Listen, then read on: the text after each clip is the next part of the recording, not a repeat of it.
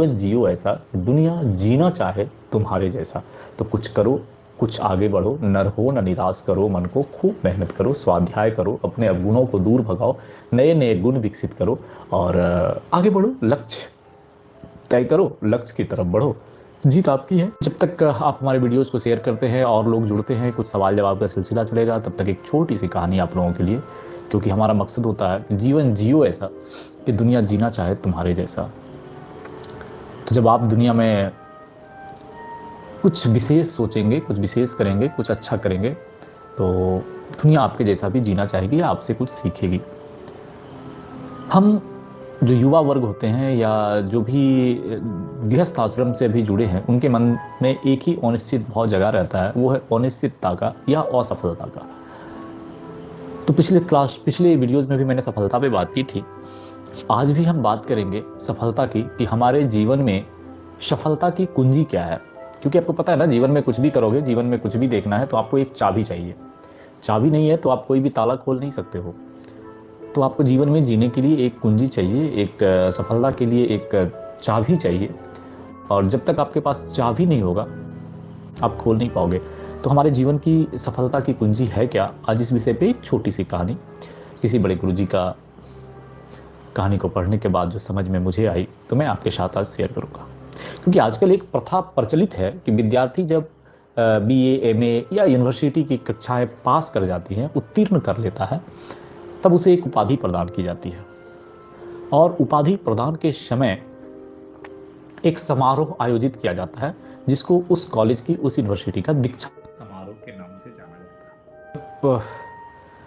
किसी यूनिवर्सिटी में ग्रेजुएशन के बाद या MA MSc के बाद एक दीक्षांत समारोह आयोजित करते हैं, तो उस दीक्षांत समारोह में कोई बड़े महापुरुष या आसपास एरिया के कोई शिक्षाविद उपदेश देने के लिए उपदेशक के रूप में बुलाए जाते हैं, या उसी स्कूल कॉलेज के कोई आदर्श व्यक्ति।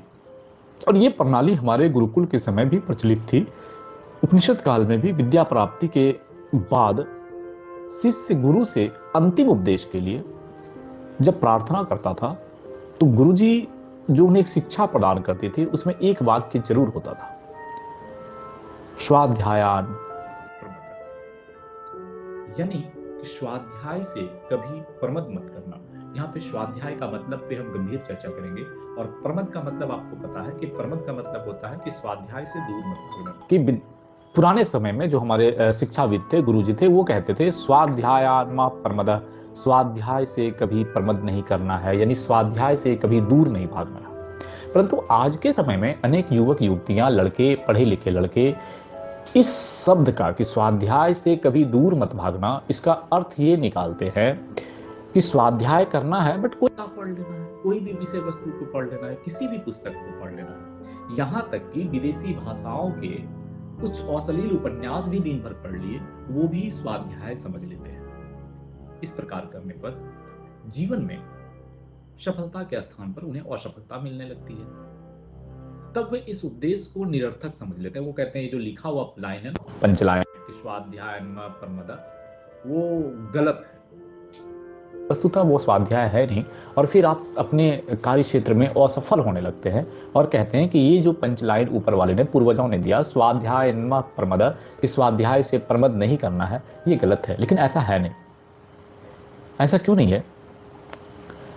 कि ये सबके अपने अपने अनुभव की बात है कि जब आप विदेशी भाषा में कोई भी सौंदर्य वर्णन पढ़ते हैं तो आपका मन चंचल होता है, और इस चंचल मन से जब आप स्वाध्याय करते हैं तो आप अपने पथ से भटक जाते हैं। आपकी जो रास्ते हैं, जो पथ हैं, वहाँ से अलग हो जाते हैं। ये आजकल के लेखकों की सौंदर्य वर्णन है, जिन्हें हम रस बोलते हैं आज से, क्योंकि जो कवि या लेखक लिखते हैं उसमें 3-4 कैटेगरी होते हैं, वीर रस, सौंदर्य रस, प्रेम रस। तो उसकी एक अपनी अलग मूल होती है, रहस्य होता है।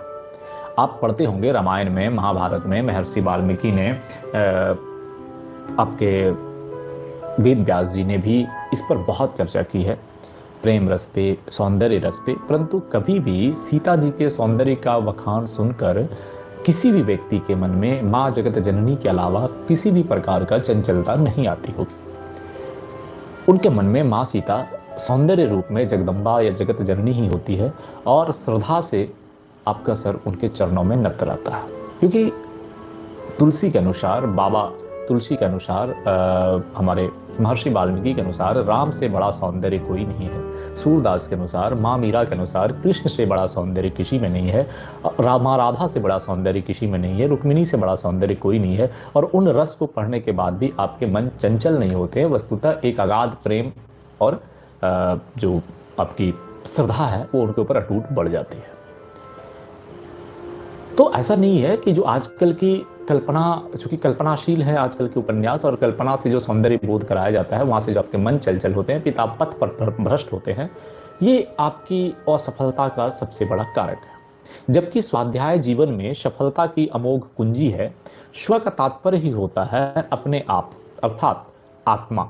अपने आप यानी कि आत्मा, और आत्मा के अध्ययन से अथवा आत्मनिरीक्षण से या आत्मा का ज्ञान जो साहित्य से संबंध रखता है, उसका पढ़ना, उस पर मनन करना तथा उस पर आचरण करना ही स्वाध्याय है। ये मुझे स्वाध्याय की जानकारी रहनी चाहिए। जीवन में सफलता के लिए यह नितांत आवश्यक है कि जिस प्रकार हमारे शरीर को बलवान बनाने के लिए भोजन की आवश्यकता होती है, उसी प्रकार मन और बुद्धि को प्रखर करने के लिए तथा आत्मा को सबल बनाने के लिए स्वाध्याय की परम आवश्यकता है। शास्त्र बतलाता है, और अनुभव से भी हम नित्य प्रति देखते हैं, कि शरीर की अपेक्षा मन सूक्ष्म है, और मन की अपेक्षा बुद्धि सूक्ष्म है, और बुद्धि की अपेक्षा हमारी आत्मा सूक्ष्म है। तो जो वस्तु जितनी अधिक सूक्ष्म होती है, उतनी ही उसकी व्यापकता और महत्ता अधिक होती चली जाती है। परंतु आज के समय में देखेंगे, युवाओं के मन में शरीर को हष्ट पुष्ट बनाने के लिए जिम, वो क्या बॉडी बिल्डिंग चलती रहती है। एक मुख्य ध्येय हो गया है। मन कितना ही चंचल क्यों ना हो जाए, परंतु बुद्धि कितना कलुषित क्यों ना हो जाए, हमें इसकी कोई परवाह नहीं है। हमारा शरीर बलिष्ठ होना है, शरीर बड़ा होना है, बलिष्ठ बनना है।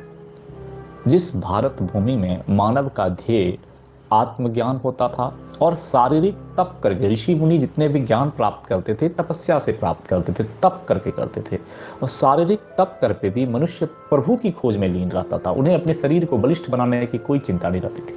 आज उसी भारत की पुण्य भूमि में हमारे युवाओं का ध्येय हो गया है सिर्फ रोटी, सिर्फ कपड़ा, सिर्फ मकान और सिर्फ भोग करना। जबकि रोटी, कपड़ा और मकान, हमारे रोटी हाय, कपड़ा हाय, मकान, बस सुबह से लेकर रात जगने तक हाय हाय लगी रहती है।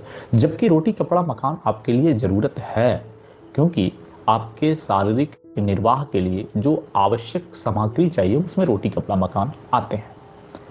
परंतु इनकी प्राप्ति के लिए आपको सात्विक प्रयास करना चाहिए, ना कि किसी भी तरीके से सिर्फ उसे अर्जन करने के बारे में सोचना है। प्रयास करने के समय सदा यह ध्यान रखना है कि हमारा साधन है, साध्य नहीं है। रोटी, कपड़ा, मकान हमारा साधन है, हमारा साध्य नहीं है। क्योंकि पशु और मानव का भेद यही है, एक पशु में, एक मानव में भेद यही है कि पशु को आत्मज्ञान की परवाह नहीं होती, और मानव को अपने आत्मज्ञान का परवाह होता है, मानव को अपने संस्कारों का परवाह होता है, मानव को अपने आत्मसम्मान का परवाह होता है। आपके कार्य से आपकी आत्मसम्मान को ठेस ना पहुंचे, मानव को इसका प्रयास करते रहना चाहिए। नहीं तो आप पैसे यानी कि रोटी, कपड़ा, मकान और भोग के कारण मनुष्य से कब पशु की श्रेणी में आ जाएंगे, इसका कोई समय नहीं है। क्योंकि जब हम स्वाध्याय की महत्ता को समझ लेते, तब किसी समय हमारे शरीर को अन्न ना मिले, थोड़ी बहुत भोग की तकलीफ हो, रहने का तकलीफ हो, तो भी हम स्वाध्याय से दूर नहीं हटते। क्योंकि स्वाध्याय करने के लिए समय अगर हम ना निकाल पाए, तो आत्मा इस प्रकार तड़पती है जैसे मुझे पानी ना मिला, भोजन ना मिला। यानी कि स्वाध्याय आपके लिए नितांत आवश्यक चीज हो जाती है, अपेक्षाकृत दूसरे चीजों की। तो जैसे बिना मछली का जल, उसी प्रकार बिना स्वाध्याय के आपका जीवन लगेगा। तो आपको जीवन में कुछ ना कुछ प्राप्त करने के लिए साधना करनी पड़ती है, कुछ अभ्यास करना पड़ता है, फिर आप अपने जीवन में पूरी सफलता के साथ उद्देश्य में सफल होंगे। और ये जो शब्द आया था कि स्वाध्यायान्मः प्रमदः, तो जो प्रमाद है, प्रमाद नहीं करने का तात्पर्य केवल यही है कि आप आलस्य ना करें, यानी स्वाध्याय करने में किसी प्रकार की आलस्य नहीं करें। अब हमारी इच्छा हो रही है कि रात 12 बजे आपके साथ बात करें, दिन भर विश्वकर्मा पूजा में व्यस्त भी था, तो अब आलस्य करता चलो आज नहीं, लेकिन मन नहीं माना, सोचा चलो एक छोटी सी वार्तालाप हो जाए।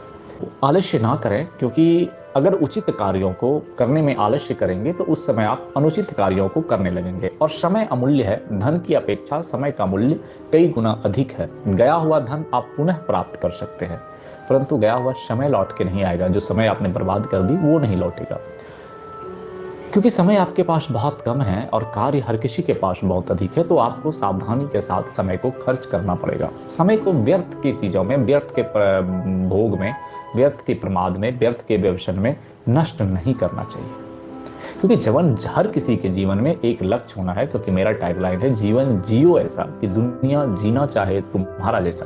तो जब आप अपने जीवन को एक लक्ष्य के केंद्रित करके जीना चाहेंगे तभी उस लक्ष्य पे प्राप्त होंगे। और जब आप किसी लक्ष्य को प्राप्त कर लेंगे तो आपको जानने वाले अगली पीढ़ी के लोग आपके जैसा कुछ करने के लिए ललायित रहेंगे या आपके जैसा जीना चाहेंगे, और ये इतनी जल्दी नहीं मिलती है।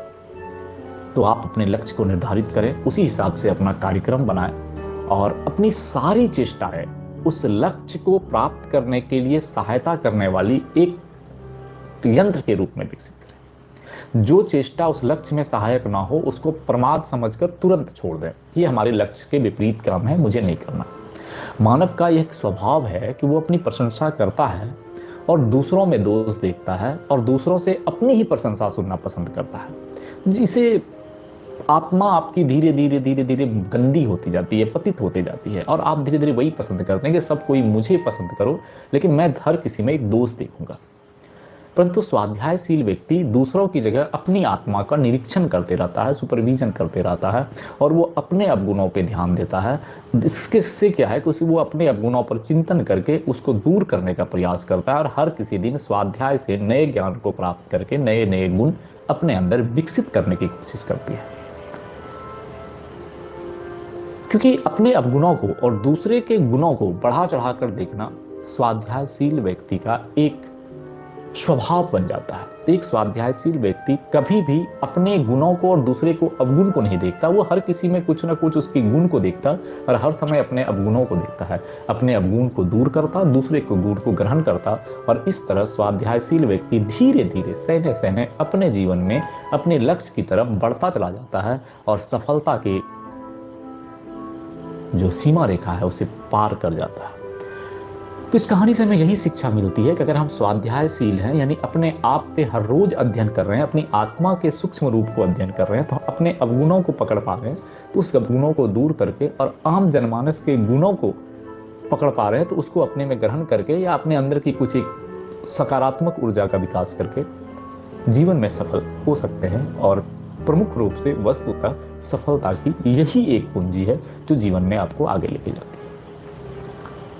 उम्मीद करेंगे कहानी अच्छी लगी होगी। थोड़ी डिस्टर्बेंस हुई, बट इसका एडिटेड स्वरूप जब आपको मिलेगा आपके वीडियोस में, तो ये नहीं मिलेंगे कटे बीच में जो डिस्टर्बेंस आए थे टेलीफोन के, ये लाइव वाले में मिलेंगे सिर्फ। और अगर बिना वो डिस्टर्बेंस वाली देखेंगे तो आपको हमारे वीडियोज़ में आके देखना पड़ेगा, उसे मैं एडिट करके वहाँ डाल दूँगा।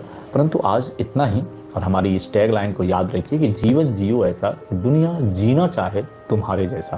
तो कुछ करो, कुछ आगे बढ़ो, नर हो न निराश करो मन को, खूब मेहनत करो, स्वाध्याय करो, अपने अवगुणों को दूर भगाओ, नए नए गुण विकसित करो और आगे बढ़ो, लक्ष्य तय करो, लक्ष्य की तरफ बढ़ो, जीत आपकी है।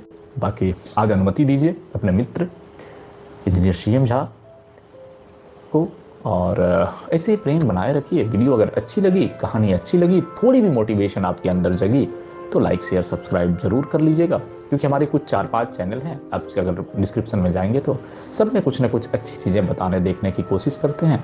तो आपके साथ जुड़ने का ये मौका मिलता रहता है। हर रोज़ रात के लगभग 11 से 12 के बीच में आपके साथ लाइव, और ये वीडियो कल सुबह फिर हमारे CM झा ब्लॉग चैनल पे और रेलवे टेक शॉर्ट चैनल पे मिलता है। अनुमति दीजिए। जय हिंद, जय भारत।